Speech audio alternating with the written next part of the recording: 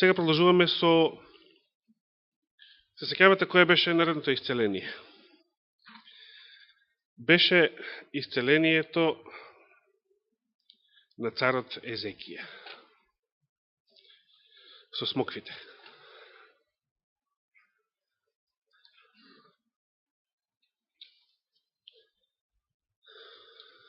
Кој од вас сака да јаде смокви? Како? Кој не сака? Добро, значи сите сакаме, така?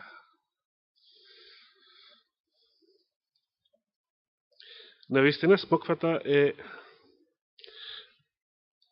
прекрасно овошје, но Библијата ни зборува дека се употребило и како лек или начин на исцеление. Како е тоа можно, ќе се запрашаме.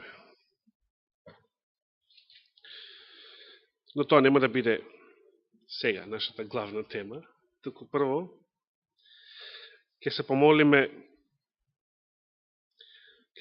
односно ќе го прочитаме извештајот што му се случило на царот Езекија и како тој се помолил за негово исцеление.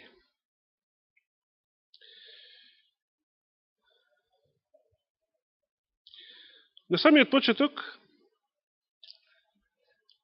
би сакал да отвориме во втората книга Дневникот или Летописи, зависи сега како ви се вика во вашите преводи. Втора книга Летописи и Дневникот.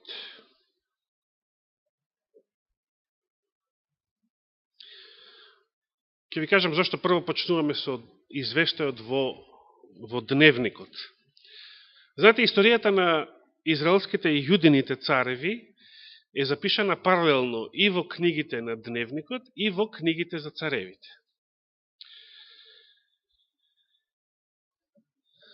Значи, прво ќе почнеме со Дневникот, затоа што книгите на дневниците, значи, или летописи, се официјалните податоци од архивата на израелските и јудините цареви. Значи, тоа е она што би можеле да го наречеме официјалното владино сообштение, владината верзија на настаните. Истражувачите забележале дека помеѓу дневниците и книгите за царевите, кога се збори за исти настани, постои известна разлика, не разлика во материјалните факти, значи не си противречат тие меѓу себе, но се забележува дека во летописите постои еден вид пристрасност. Значи, малце по една шминка на историјата на царевите во летописи, без толку нивните гревови, без многу, сега некои тешки гревови мора да се споменат, меѓутоа, на некој начин малку е тоа во по-блага форма изнесено, за разлика од царевите. Значи, зашто тоа е така? Затоа што извештајот од летописи потекнува од царските архиви. Тоа е официјалната владината верзија. И што ни кажува сега да прочитаме владината верзија? Значи, во втора книга Дневникот, 32-та глава, ќе почнеме да читаме од 24-тиот стих.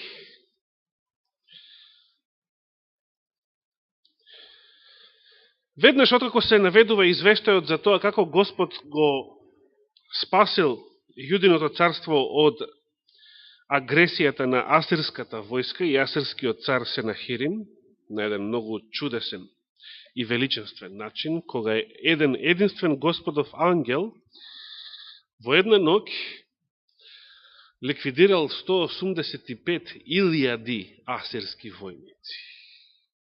Замислете. Каква е Господовата војска? Навистина, како што би рекол апостол Павле, ако е Господ со нас, кој може да биде против нас? Скапаниот НАТО пакт е една обична играчка или мравка која што може да се сгазне и без да се забележи. Толкава е силата Господова, ако сме соединети со неја, се разбира. А без неја, тогаш ние сме мравки, кои што можеме да бидеме прегазени и од најлесните искушенија. Во тие дни, значи 24 стих, се разболе Езекија до смрт. Не ни се кажува каква била оваа болест, но била смртоносна болест. До смрт. И сега што вели извештајот? И му се помоли на Господ. И тој послуша и му даде знак. И што вели 25 стих? Но Езекија не му благодари за направените му добрини, зашто срцето негово се возгордеа. Затоа гневот Божји падна врз него, врз Јудеја и врз Ерусалим. Но штом Езекија се понизи поради горделивоста во срцето негово, тој и ерусалимските жители, гневот Господов не падна врз нив во деновите на Езекија. Но затоа, тоа беше одложено, според законот на причина и последица за другите генерации. Сега, како гласи, ова беше извештајот, значи, во летописи. Видите колко е извештајот, и ова е вдахновено Божие Слово. Значи, да се разбереме, дневниците не се дело на човечки фингерајке, тој популарен збор денеска. Но, забележувате, бидејќи податоците се само од царските архиви, многу и не се кажува какви се и кои биле деталите. Значи, да, се споменува дека Езекија се возгордел. Се споменува дека се покајал. Се споменува дека се разболел пред тоа и се молел за исцеление. Се споменува дека Господ заради неговото покаяние ја одложил казната врз Ерусалим за по неговата смрт. Овие работи ќе ги најдеме и во царевите. Се разбери и во самата книга на пророкот Исаија се зборува на оваа тема. Но прво би сакал да го прочитаме извештајот во втората книга на царевите и да видиме како таму е опишан целиот овој настан. Втора книга на царевите, 20 глава.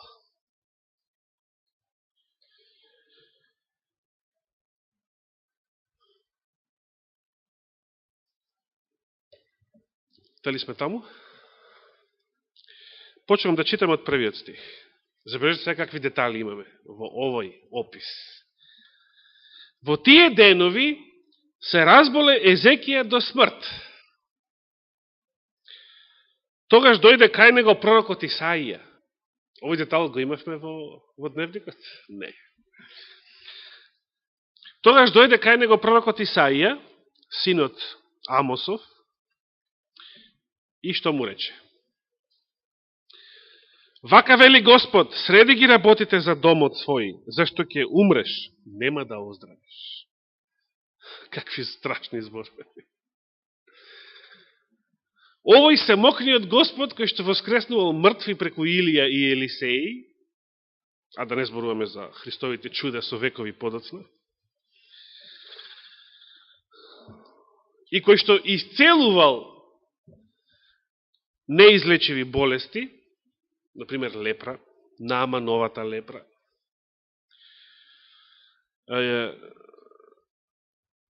стерилноста на Ана, така да речеме. Тој истиот Господ му вели на еден верен и добар цар, какви што биле ретки во историјата на царствата, на поделението царство, му вели, нема да оздравиш. Среди ги работите во домот твој, уреди ја целата твоја заоставштина, зашто ќе умреш, нема да оздравиш. Зошто вакви зборови? Сакате ли да ви бидат кажани вакви зборови? Што треба да разбереме ако ни бидат кажани вакви зборови?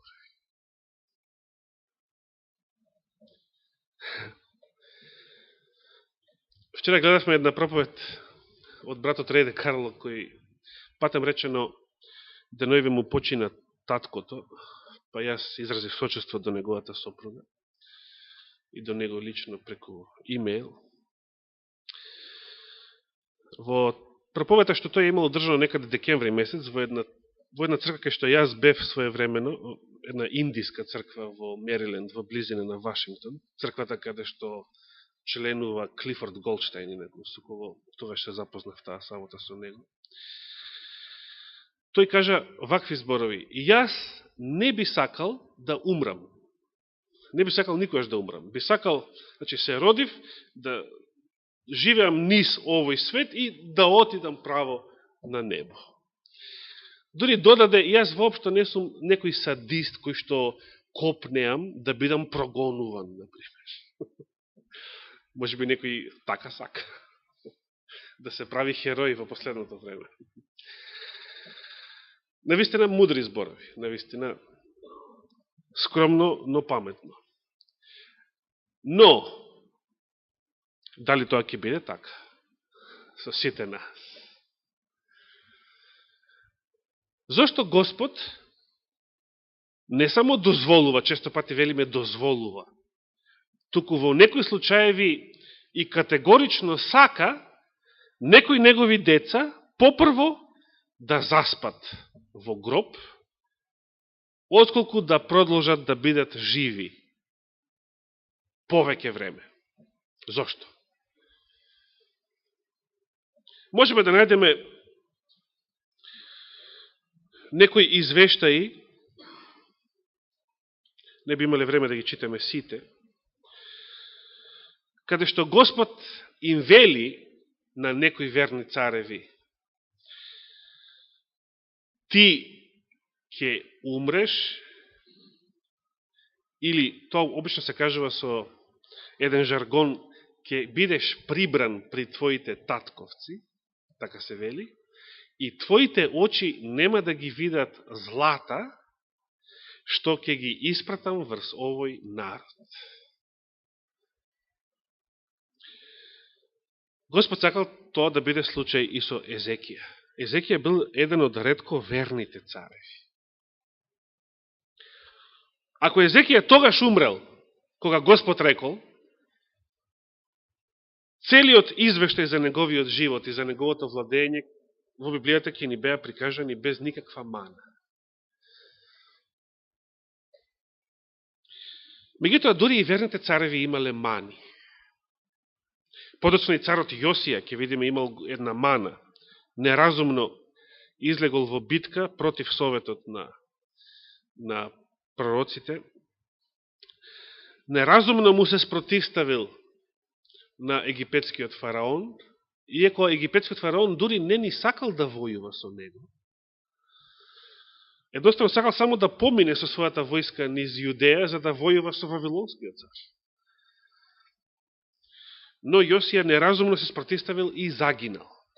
Тоа можеме да го споредиме со случаи каде што некои верни, како што знаете, има и некои верни проповедници и мисионери кои што, например, загинале во сообраќајка или им се случила некоја друга трагедија, чисто од човечка неразумност. Но има случаеви каде што смртта не можела да биде избегната и каде што таа била Божја волја. Зошто? Затоа што таков е случајот и со царот Езекија. За да го разбереме ова подобро, ќе треба да го прочитаме остатокот од текстот. Значи, Исаија му носи на царот една ваква порака: ќе умреш и нема да оздравиш во името на Господа. Што направи Езекија? Нешто што сите ние би го направиле, човечки гледано. Се сврте Езекија со лицето кон зидот и му се помоли на Господ велејки. Забележите како се моли овој јудин цар. О Господи, спомни си дека јас одев пред лицето Твое верно. Со срце предадено на Тебе и го правев оно што беше правилно пред очите Твои. И заплака Езекија силно. Колку ова звучи искрено, човечки. Езекија, тука гледаме, почнал да се сожалува себе си. Тој навистина се сожалувал себе си. Зошто да умрам, Господи? Па јас бев верен. Па јас одев по Твоите патишта. Па јас го правев оно што беше правилно пред очите Твои. Зошто да умрам? И заплака силно се вели. Можеме ли да си го замислиме како ова било? Дали нам не се случило вакво нешто? Дали некојаш доживуваме таква психичка, ако не и физичка болка, да речеме од некоја болест, да вака заовкаме, да заплакаме, сожалувајки се себе си, собствената душа.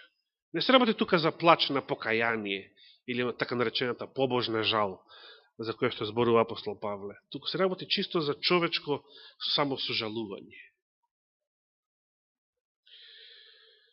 И сега внимајте што вели 4 стих. Исаија уште не беше излегол од средниот двор. Исаија му ја дава пораката и се излегува. Си чекори надвор. Но уште не го напуштил средниот двор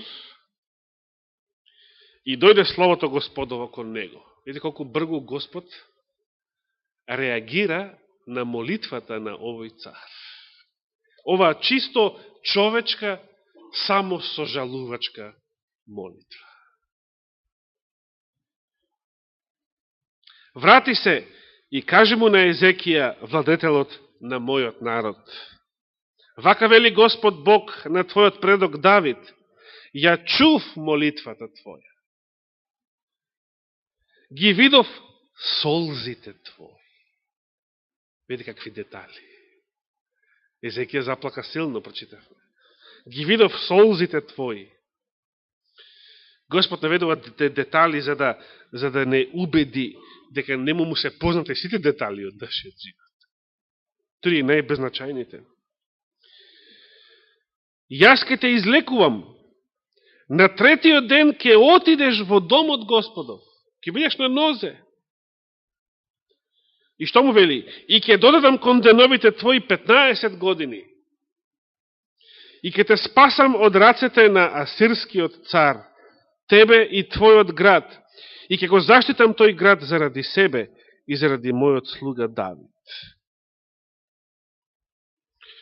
Интересно.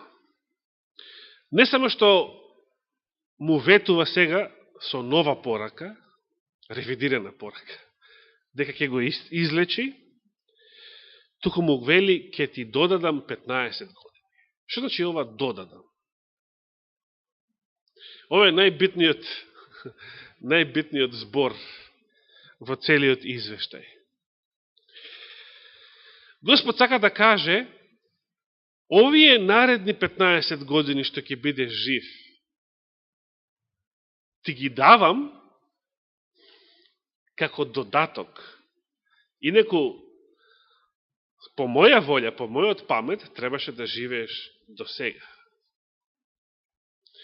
Се поставува прашање, дали постои нешто од Бога одредено, до кога ни е векот, на секој од нас поединечно? Дали постои нешто такво? Се разбира, треба да земе многу фактори предвид, за да одговориме на едно вакво прашање. Но гледаме дека во случајот на Езекија му било одредено до кога да живее по Божја волја. Во зависност од сите околности во кои што тој се наоѓал и се разбира околностите во кои што се наоѓало Јудиното царство и така натаму. Кога Езекија побарал здравие и исцеление, Господ го вослишува, но зошто го вослишува?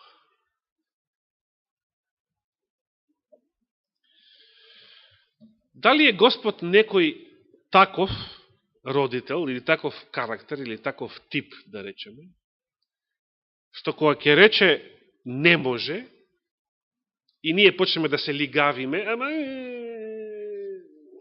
те молам, тој ќе омекне и ќе рече, во ред, ајде. Ќе ни се сожали. Дали Господ така поставува? Дали е таков карактер? Не. Од целиот преостанат дел на Библијата, јас не можам да заклучам дека тој е таков карактер. Ми се допадна зборовите на еден проповедник од, мислам дека беше од Нов Зеланд, ако не се лажам, или од Австралија, кој што во приватен разговор со мене ми рече: внимавај, Господ е крајно или екстремно рационален. Што значи, какви год да се чувствата негови, тој може, и тој навистина многу повеќе од нас жали за некои работи, за кои што ние жалиме, но тоа не значи дека тој постапува според чувствата. Господ има чувства, но не постапува според чувствата. Би бил слаб, лабилен карактер кога така би постапувал. Тој секогаш постапува според разумот. Тој може да жали многу повеќе од нас, кога навистина он би леел солзи, може сите океани на светот не би биле доволни да се споредат со солзите што тој би ги излеал, за да се види длабочината на неговата жал, неговите чувства. Меѓутоа, тој никогаш нема да постапи спротивно на разумот, спротивно на правдата, на оно што треба да биде, на најдоброто решение. Зошто тогаш во овој случај го вослишува Езекија, така да се изразиме вулгарно, кога овој му се излигавил за исцеление. Само за да ние бидеме поучени од овој случај, да видиме зошто Господ, кога ние денес го молиме за исцеление, дури кога е се во ред, се друго да е во ред во нашиот живот, и искрено го молиме за исцеление, зошто често пати тој не исцелува. Туку дозволува, ако треба, и да се умре. Од примерот на Езекија треба да научиме зошто е тоа така. Господ го вослишил Езекија, неговата само сожалувачка молитва, само за да нам ни покаже што би било кога би било. Да ни ја покаже алтернативата, алтернативната историја. И на вистина, така и се случило. Но, да ги завршиме зборовите од 6 стих. Значи, ќе додадам кон деновите твои 15 години и ќе те спасам од раците на асирскиот цар тебе и твојот град и ќе го заштитам тој град заради себе и заради мојот слуга Давид. Тогаш рече Исаија, земете суви смокви. Еве ги смоквите. И зедоа и ги наложија на чирот и тој оздраве. Интересно, дори сега ни се кажува што болест имал Езекија. Сте пробале вакво исцеление? Со суви смокви да се лечи чир. И тој оздраве, вели. Се сеќавате во дневникот, што друго ни се кажа во врска со исцелението? Таму во еден стих се кажа и неговата молитва и исцелението. Се кажа дека Господ му даде знак. Сеќавате? Сега, зошто бил потребен знак? Дали воопшто бил потребен знак? И тоа е одраз на нашата човечка природа. Значи, Исаија го направил сето тоа, му ги кажал овие зборови на царот, таа ревидирана порака, после неговата молитва, и Езекија му рече на Исаија, каков е знакот дека Господ ќе ме излекува и дека на третиот ден ќе одам во домот Господа? Замислете.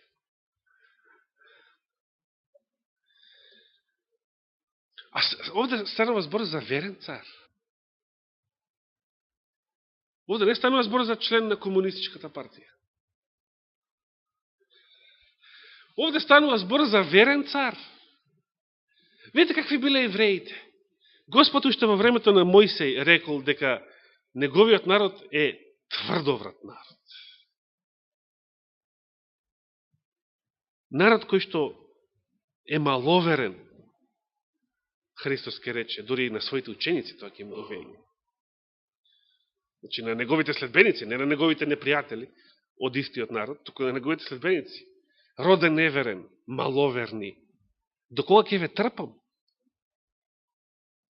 Му скиснало на Христа во неговата човечка природа и тој го чувствувал тој товар, тоа маловерие, често пати и неверие на своите следбеници. Зато и можеме да си замислиме зошто бил воодушевен кога еден незнабожец, римски капетан, значи окупатор, офицер на непријателска сила, ќе покаже вера многу поголема од онаа на Израел.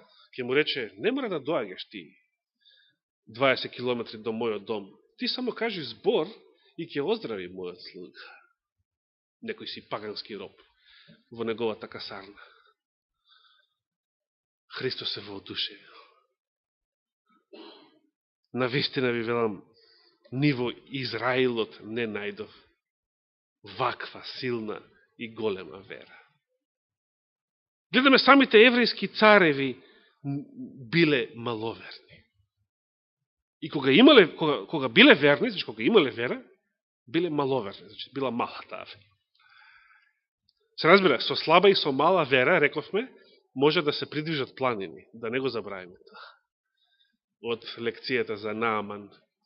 Но, сепак тоа била мала вера.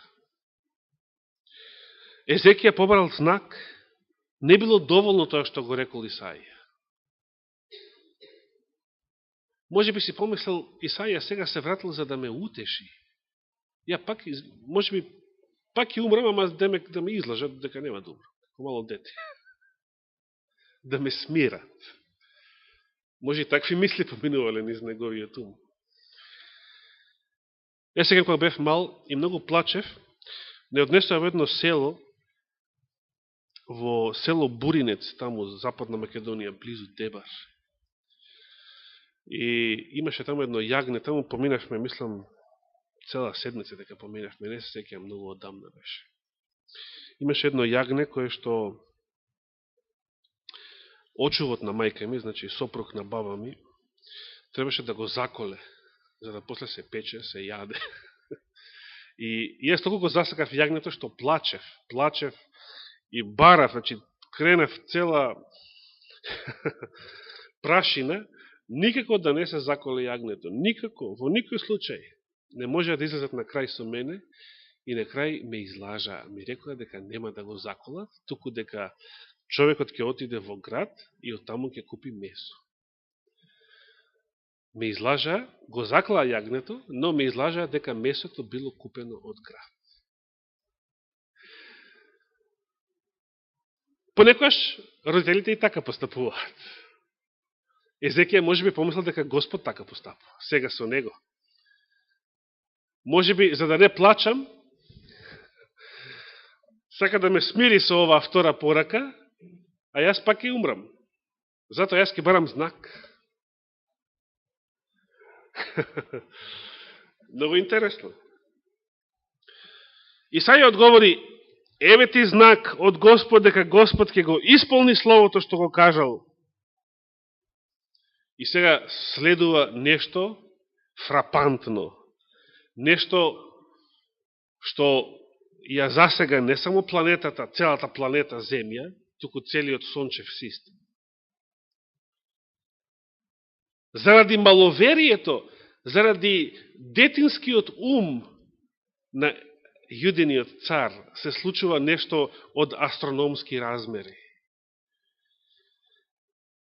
Сакаш ли да отиде сенката 10 степени напред, одеднаш, или 10 степени назад? Со други зборови, сакаш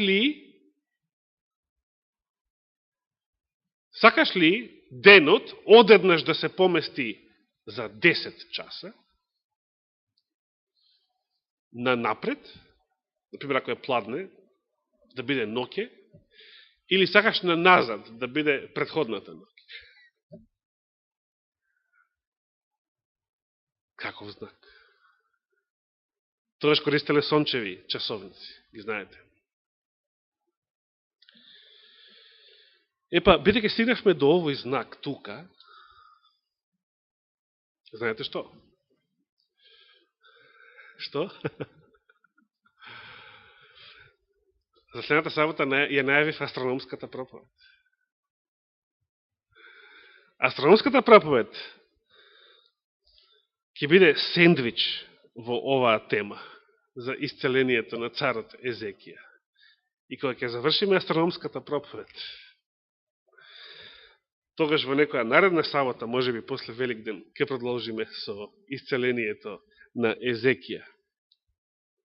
Значи сега ќе застанеме во 9 стих, каде што прочитавме каков знак му предложил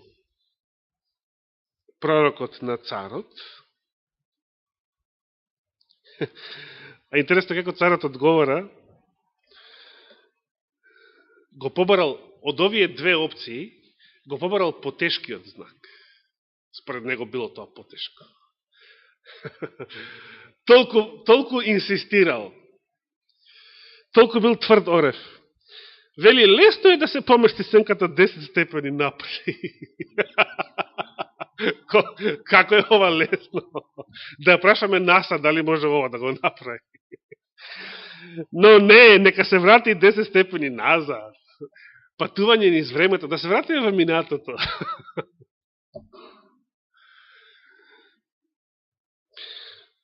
Само Господ можел да направи волку големи чуда, кои што се од астрономски размери.